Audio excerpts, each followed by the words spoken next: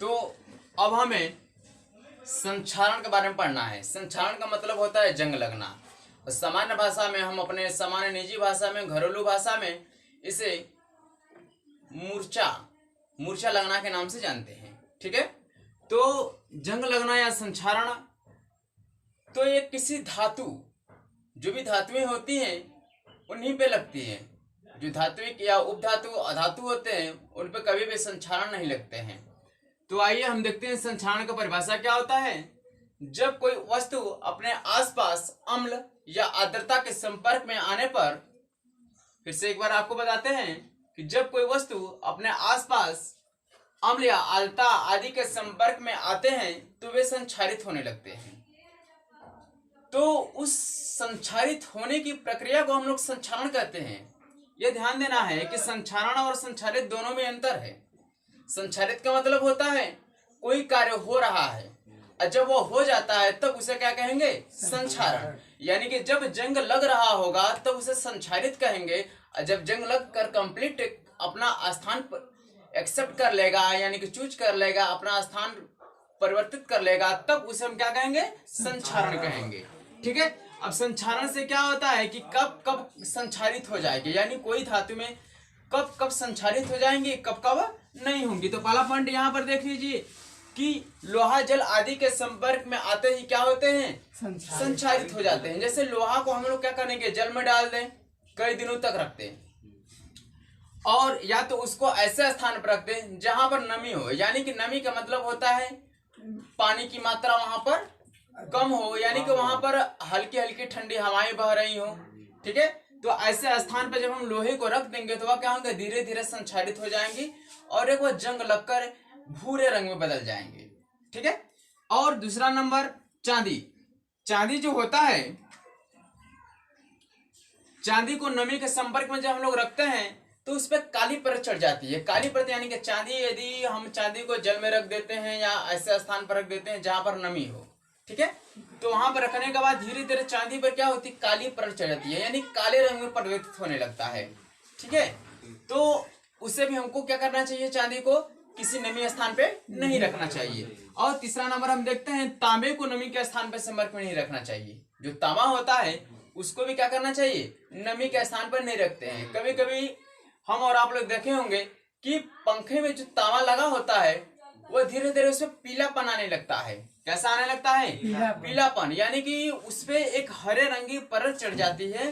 तो हरे रंग की जब परत चढ़ती है तो तांबा जब हमारा लाल होता है, हल्का लाल होता है, तो लाल होने के कारण वो हमको हल्का पीले रंग का दिखाई नहीं लगता, लेकिन उसपे परत कैसे चढ़ती है, हरे रंग की परत चढ़ जाती है। तो उसे हम साफ करके फिर से उसका हरे रंग की परत को हटा सकते हैं। तो यही प्रक्रिया क्या कहलाती है, हमारी संक्षारण कहलाती है। अब देखिए कि संक्षारण से बचने के उपाय, यानी कि जब कोई वस्तु संक्षारित हो जाती है तो हम उसको कैसे बचा सकते हैं। ठीक है, तो संक्षारण से बचने के लिए हमको सबसे पहले क्या करें, धातुओं को जल की नमी से दूर रखना चाहिए। कैसे क्या करना चाहिए, जो भी धातु हो उसको हमको जल से दूर रखना चाहिए। और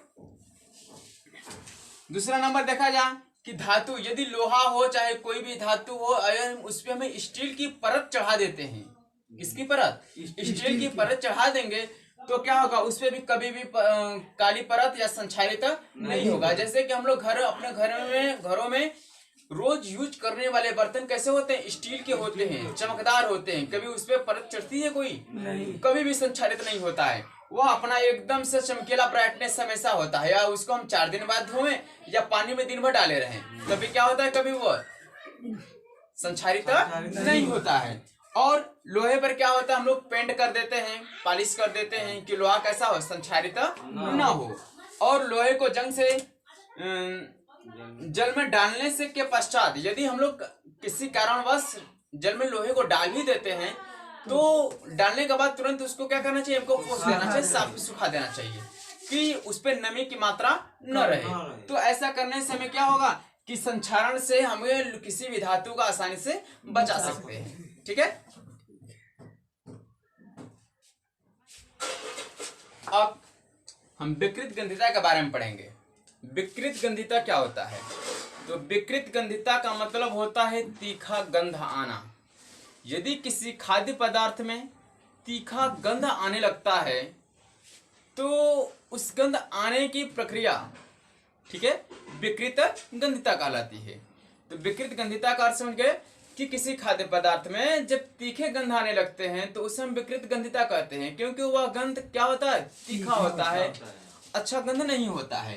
तो देखिए, जब वसायुक्त या तैलीय पदार्थ में लंबे समय तक रखा जाता है तो वह तीखे गंध या तीखे स्वाद आने लगते हैं। यदि किसी हम ऐसे खाद्य पदार्थ को तेल में छान करके लंबे समय तक घर में रख देते हैं या कहीं पर भी रख देते हैं ऑक्सीजन की उपस्थिति में, तो क्या करते हैं, उसमें से तीखे गंध आने लगते हैं। तो उस प्रकार की प्रक्रिया को हम लोग क्या कहते हैं, विकृत गंधिता कहते हैं। ठीक है, इसलिए तैलीय खाद्य सामग्री को प्लास्टिक में भरते समय उसमें क्या करते हैं, ऑक्सीजन निकाल करके नाइट्रोजन गैस भर देते हैं। ठीक है, जैसे कि हम लोग के मार्केट में चिप्स आते हैं, कुरकुरे वगैरह सामान प्लास्टिक में भर के तले हुए पदार्थ आते हैं। ठीक है, तो उसमें क्या होता है, ऑक्सीजन गैस निकाल करके नाइट्रोजन गैस भर दिया जाता है। ठीक है, क्योंकि ऑक्सीजन गैस जो होता है O2 होता है, वो अधिक अभिक्रियाशील होता है। क्या होता है, अधिक अभिक्रियाशील होता है, अधिक अभिक्रियाशील होता है। ठीक, और जो नाइट्रोजन होता है ये कम होता है। ये क्या होता है, कम अभिक्रियाशील होता है। इसलिए कम अभिक्रियाशील होने वाले गैसों को हम लोग अधिक उपयोग करते हैं ऐसे स्थानों पर जो इसमें तीखी गंध आने लगते हैं या अभिकृत होकर उसके नए प्रोडक्ट का निर्माण करते हैं। तो वहां पर हम क्या करते हैं, नाइट्रोजन का प्रयोग करते हैं। ठीक है, अब देखिए, जैसे कि हम लोग मार्केट में चिप्स आते हैं, कुरकुरे आते हैं, केक आते हैं, बहुत सारे ऐसे खाद्य पदार्थ आते हैं जो क्या होते हैं कि उसमें से हवा निकलने के पश्चात तीखी लगने लगती है। ठीक है, तो इसका मेन कारण क्या है कि उसमें ऑक्सीजन गैस भर गई है। ठीक है, तो विकृत गंधिता समझ आ गया आप लोगों को। विकृत गंधिता एक बार फिर से बता देते हैं कि यदि किसी तैलीय पदार्थ या तेल में छने हुए खाद्य पदार्थ, ठीक है, को लंबे समय तक हम ऑक्सीजन की उपस्थिति में रख देते हैं तो उसमें से तीखी गंध या उसको खाने पर हमें तीखा लगने लगता है, तो इसी प्रक्रिया को क्या कहेंगे हम लोग, विकृत गंधिता कहते हैं। तो देखिए क्या कहता है, अब खाद्य पदार्थ जैसे मार्केट से हम लोग के घर चिप्स वगैरह कुरकुरे आते हैं तो भी तो बहुत दिनों से भरे हुए होते हैं, तो वो अच्छा विकृत गंधिता वो नहीं होता है। मेन कारण क्या होता है कि उसमें ऑक्सीजन नहीं भरा होता, उसमें कौन सी गैस भरी होती है, नाइट्रोजन गैस भरी होती है। क्योंकि नाइट्रोजन गैस ऑक्सीजन से कम अभिक्रियाशील होते हैं, इसलिए क्या करते हैं वो खाद्य पदार्थ को खराब नहीं होने देते हैं। ठीक है, तो इस तरह से विकृत गंधिता समझ आ गया आप लोगों को।